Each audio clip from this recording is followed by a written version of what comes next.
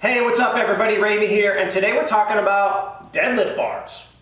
Why do I have a deadlift bar? Should you spend your hard-earned money on one of these things? What are the advantages of these things?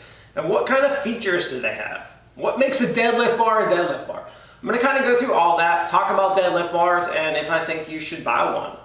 So my experience with the deadlift bar, I used one about 2.5 months ago. At a gym. I went to a gym, they had all kinds of different kinds of, I was like a kid in a playground, like just trying everything out. Fell in love with the deadlift bar, went home, bought one right away, been using one for 2.5 months. I got my bar, this is a Rogue deadlift bar that I have. I got this in the Boneyard because I didn't want to pay a lot for it. So I only spent like $195 on the bar itself. The shipping and tax, it was like $230 some. Which is a pretty good price for a deadlift bar. So the first question that you probably have is, what makes a deadlift bar versus like a regular bar? And then I'll kind of talk about so let me talk about those features that makes this different. And then I'll kind of talk about some materials, things to look for if you're getting one, why I got one, and what I think about them, like if you should get one or not. So what makes a deadlift bar a deadlift bar? So for those of you that have like a standard power bar, or like I've got a Rogue Ohio bar sitting behind me right now on my rack back here. Most power bars or a bar like the Rogue Ohio bar are going to be 28.5 to 29 millimeters. Like the Ohio Power Bar is 29, Rogue Ohio is 28.5, Texas Power Bar is 28.5, American Barbell Power Bars are 29 millimeters. A deadlift bar is 27 millimeters. Now, when I held a 28.5 and 29 barbell side by side and try them out, I can't tell the difference. When I grip that 27 millimeter barbell, it is significantly thinner than a regular barbell. You can tell the difference right away. Next feature about deadlift bars is that they're, in addition to having a thinner diameter, they are longer than a regular barbell. I think that the Texas, or the Rogue deadlift bar is maybe like 7 inches longer. It's a couple inches, maybe 5 inches. I'll put the specs on the screen of all the different bars, just a few different Rogue bars to compare the length of them so you can kind of see. But this is longer. So between that 27 millimeter diameter and longer bar, what you get is more width. And I'll kind of talk about that as I get into the features I like and what I notice about the bar. So that's pretty much what makes a deadlift bar a deadlift bar. There are other features too, like no center knurl on a deadlift bar, because some people can scrape their shins. They're usually pretty aggro. For example, this Rogue deadlift bar, I would describe it as very sharp. And it's very sharp. It has the same TPI 16 as a Ohio Power Bar, but it is a deeper knurl, which means it's much more similar to like an Aggro 2 bar than an Ohio Power Bar. So it's very, very, very aggro, and you may or may not prefer that. So they're usually much more aggro. So those are the general features that you're going to see in a deadlift bar versus a regular bar.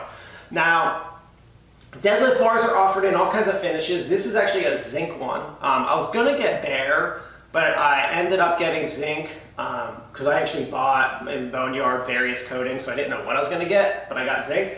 I kind of wanted bare, but oh well, that's another story for a different video. But one of the things to notice about deadlift bars is that they don't make them in stainless steel. Now I know American Barbell is attempting to make one right now. But one of the reasons you don't see these things in stainless steel is that, so there's some features of stainless steel that we think are the reasons why they haven't done it. I know American Barbell, the founder of American Barbell, has said that they're trying not to make sleeves anymore with stainless steel because they're too soft.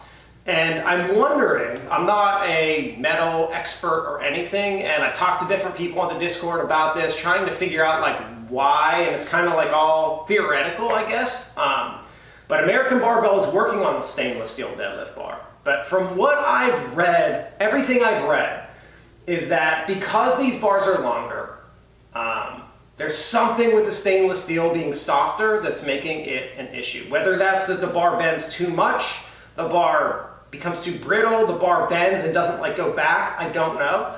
I do know, however, that like there are thinner diameter stainless steel bars but they're also shorter, which would strengthen them a lot, like the Bella bar. And they make stainless steel power bars and stuff, but they're also 1.5 to 2 millimeters thicker. And they're shorter. So, extending the length and using stainless steel appears to be a problem because none of the companies are doing it that make deadlift bars. So there's got to be some issues there. Anyway, that's kind of like veering off the subject of the video because it's not too important. But yes, you will probably not see a stainless steel deadlift bar. American Barbell's working on one. They've already said it's going to be pretty pricey, but man, if they do, it's going to be a pretty killer item. So be on the lookout for that and see how they did it. I'd love to hear from their founder how they actually did it. So, okay, besides that, those are the features of deadlift bars. So why did I get one and why should you get one? So the first reason to get a deadlift bar, and this is not why I got one, is that if you compete and you need it for your competition, of course, if you need it for your competition, you need it for your competition. I do not compete, I do not plan to compete. So a lot of people ask the question well, why get a bar that's only used for deadlifts? Is that all that this is used for and doesn't help with anything? And the question is, it can be used for other things. The answer is it can be used for other things and it does help. And whether it's enough of a help for you to actually want to go out and buy one is the question for you, but I'm going to give you my thoughts. So first of all, can this be used for things other than deadlifts? It's a great bar for anything pulling. So I use it for shrugs because I do shrugs and deadlift on the same day. I actually do shrugs either with or after my deadlift. And then I think that it could be used for other pulling exercises, potentially used with rows because the diameter and the grip will really help there. I don't know how the flex will work with rows if you're doing heavy rows. It could get irritating or not be good. I haven't tried it with rows yet, but I think it could be a good bar for people to use with rows. If they're using a standard barbell, this could be a nice one to try out with that. But in general, yeah, it's used for deadlifts, and that's about what you buy it for. It's not like a trap bar that can be used for lunges and all this other stuff. It's really made for deadlifts. And yeah, you can kind of use it for some other stuff too. But you wouldn't want to bench with this. The flex would be super annoying, or squat or anything like that. As soon as you start putting heavy weights on this, it's going to be terrible for those things. All right, so why would I get one of these things then? And why did I think it was worth it to get it for deadlift, and should you? So when I deadlift, I've been using my Ohio bar. And one of the things I've run into with the Ohio bar is that it's just too fat of a bar to really deadlift with. First of all, it doesn't have a lot of knurl, but even when I use an Ohio power bar, I still have a lot of problems with my grip when I start to get around 225 on the bar. And I've got to use straps. And I really do not like straps. I'm not a big fan of them. I don't like using the alternate grips on the deadlift bar because some people have torn their biceps doing that. It kind of gets common, and just things like that I want to use regular double overhand or hook grips, and I don't want to use straps. So what I've noticed is that on the deadlift bar, and this is actually why I went out and purchased it, is first of all, that 27 millimeter grip was when I grabbed this bar at the gym the first time, I was like, oh my gosh, this thing is freaking amazing. It really was. Just I was like, this feels so good in my hand. The diameter feels so great that I almost felt like when I went down to do a deadlift that I was in a better position because of my hand grip. Now, I went through and tried to read the research if there's any studies on whether the diameter of the bar affects your position in deadlift. I found nothing. I really found no discussion of it at all. But I swear, I'm positioned better. I feel like my back and everything, my whole upper body, because of my grip, is in a better position because of the smaller diameter. The next thing that I noticed when I was doing deadlifts at the gym is when I did my set of 225 that day, I didn't wear my straps. And I was like, what the heck? And I think I went up to 295 that day, maybe 297, something like that. I can't remember what. I know I just went under 3 that day. And I didn't use my straps at all. I've never, I don't think ever not needed my strap, not done a set of 225 on deadlift and been like, oh, I'm okay, I don't need my straps. I usually try that set of 225 as I'm getting up to my training max for the day. And I'm always at 225 slipping, or I just use my straps because it sucks. I didn't even think about it. I was doing that set of like 295 or whatever that day, and I was like, what the heck? Why don't I need straps? Went home and started reading about it, and other people were saying the same thing. I was like, oh my goodness, this is freaking huge. I don't need straps with this bar. And it also felt like I was in a better position.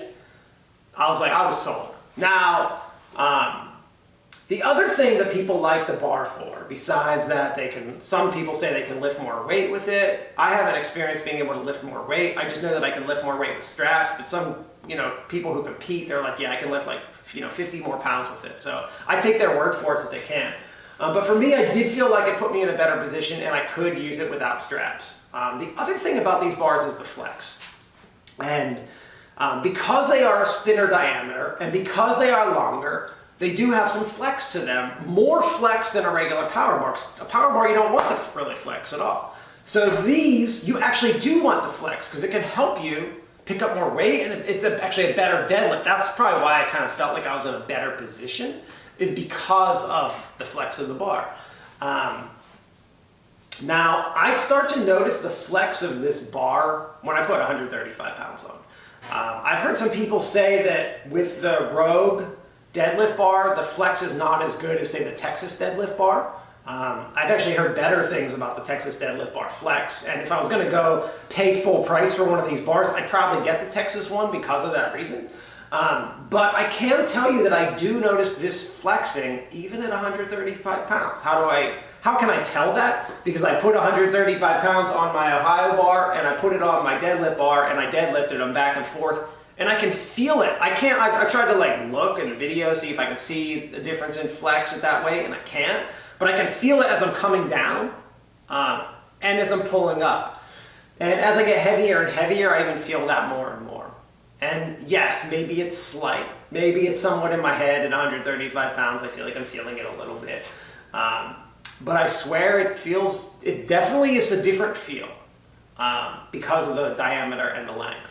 And as you get up heavier and heavier weight, I feel that more and more. You're not going to really see a bend in this bar. I've heard until like around 400 pounds. I haven't lifted that much.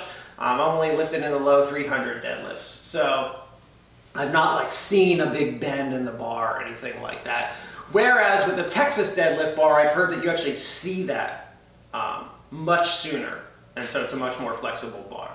And for that reason is why I probably recommend it. So let's talk about, okay, so those are the features of the deadlift bar. That's kind of what I think about is why I bought it. Should you go buy one? So here are my thoughts. So first of all, we talk about, do you need a deadlift bar? Technically, I don't need anything I have here. I need a barbell and that's it, and some weights. I can do squats, bench, and deadlift without even a bench. So I can do floor press on bench. And I can do squats without a rack. I can do, get it up to front squats. I could do Zercher squats, I could do everything without any equipment. And it all becomes down to, well, I'd like to do it like this. I'd like to do it like this. So we start buying like a power rack, and then we start getting a bench, and then we get more and more. So do you need a deadlift bar? You don't need any of this stuff. But there becomes a list of priorities. And where does this fall on the list of priorities of stuff that you need? So I think that pretty much most of the other stuff I have is a much bigger priority than a deadlift bar. I think if you have one bar and it's a power bar, you're probably pretty good for deadlift. And you don't need it. But is it a nice to have? You've been doing your deadlift on your power bar and you have all the other stuff you need. You got like if you want a cable machine, you've got that. You've got a power rack, you've got nice weights. You're thinking about buying some different barbells. Maybe you already, even on the list of priority of barbells, like I'd much rather have a safety squat bar, I'd much rather have a trap bar and a multi-grip barbell and some things like that before I buy the deadlift barbell, but that's my workout and what I like. That may not be the same for you. So when does this become worth it? I think it becomes worth it. Like for me, it became worth it when I felt it and felt that diameter. I was like, okay, this makes a difference in how I feel like my form of the deadlift. And it also the ability to get rid of straps was huge for me. So it became worth it all of a sudden for me to have a deadlift bar. I do deadlifts every week. I enjoy the deadlift. It's one of my favorite exercises of the big three or big four. It is my favorite exercise. So I very much like the deadlift, and I wanted to have a specialized bar for it. So it did become worth it to me. Now, when I start to ask, like, well, why did I get a boneyard version? Because all of a sudden, like, spending like $350 to $400 on one of these probably wasn't worth it for me. It's why I only spent $200. So that's, that became even for me where I was like, I want this, but like, I don't want to spend $400 on it. So I do think at the boneyard, it's a great value. And I think tons of people would have these if they were only $200. Unfortunately, they're very rarely at that price, and they're not listed on the boneyard too often. So I just got really lucky that the day I was going to do it is the day they popped up there. And I did buy it right away. So I do think it's a tougher sell at like $350, $400 when you include taxes and shipping with the regular Rogue and Texas deadlift bars. From what I've heard, I haven't used the Texas deadlift bar, but if I was buying new, that is the bar I would buy, only because I've heard it has better flex than the Rogue bar.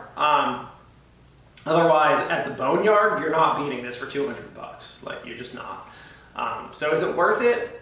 Yeah, it's a cool bar. It's low on the list of priorities, but so are other things that I have too. I have all kinds of stuff that's very low on the list of priorities for having a great place to work out in.